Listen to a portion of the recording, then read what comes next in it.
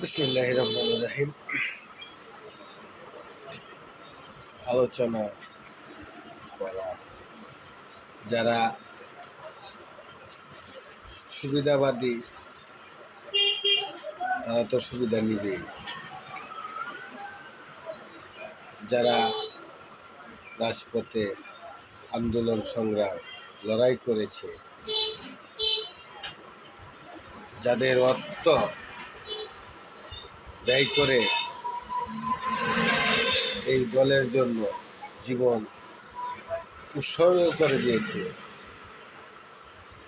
আজ তাদের মূল্যায়ন কমে গেছে। যে সেন্টিগ্রেড বিষয়টি, সেটি যারা প্রকৃত যোদ্ধা দল প্রেমিক তাদেরকে সুবিধাবাদীরা দূরে রাখতেছে। তার রাখার কারণ তারা এই সুবিধাটাই নিবে, যে সুবিধাটা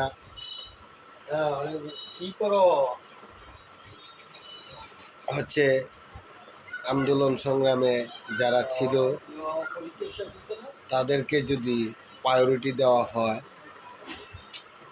ওদেরকে অনেকটাই বিভ্রান্তির মধ্যে পড়ে যাবে, কারণ ওরা ছিল সুবিধাবাদী। আওয়ামী লীগের সঙ্গে হাত মিলিয়ে দীর্ঘ 17 বছর তারা থেকেছে। 5 আগস্টের পর তারা যে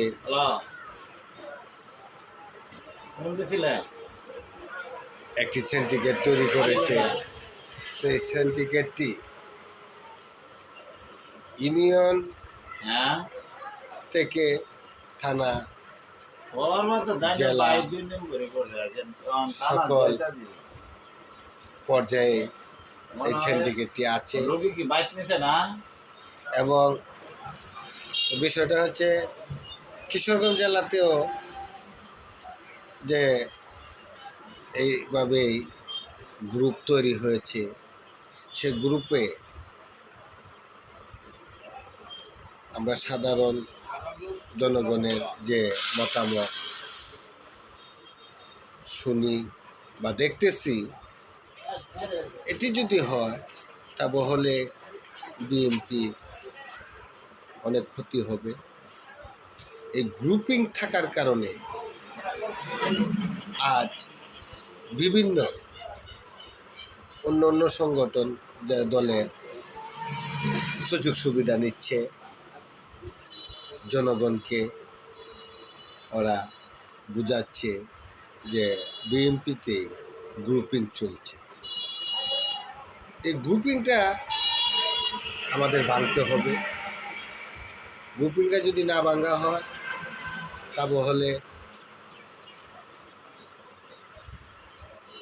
সঠিকভাবে দলকে পরিচালনা করা যাবে না। এই গ্রুপিং ভাঙতে হবে, আর সঠিক যারা রাজপথে আন্দোলন সংগ্রাম লড়াই করেছে তাদেরকে প্রায়োরিটি দিতে হবে। 111 থেকে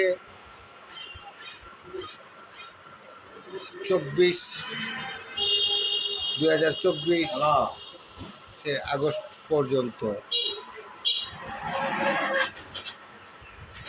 যে আন্দোলন সংগ্রামে যারা ছিল, আজ তাদেরকে বঞ্চিত করেছে এই সুবিধাবাদী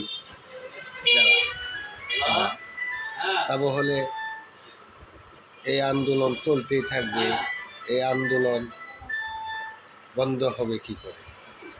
তাই ঊর্ধ্বতন নেতৃবৃন্দ যারা আছেন সকলের কাছে বিনীতভাবে আহ্বান জানাবো, এটি নির্বাচনের তফসিল ঘোষণা করা হয়েছে। জি এটি বসে যেন একটি সুরাহা করা হয়, করে সকলে মিলে ঐক্যবদ্ধ হয়ে আমরা নির্বাচনটি সুষ্ঠু এবং সুন্দরভাবে পরিচালনা করতে চাই। সকলে ভালো থাকবেন। আসসালামু আলাইকুম রহমতুল্লাহ। বাংলাদেশ জিন্দাবাদ। বাংলাদেশ জাতীয়তাবাদী দল বিএনপি, কিশোরগঞ্জ। ধন্যবাদ।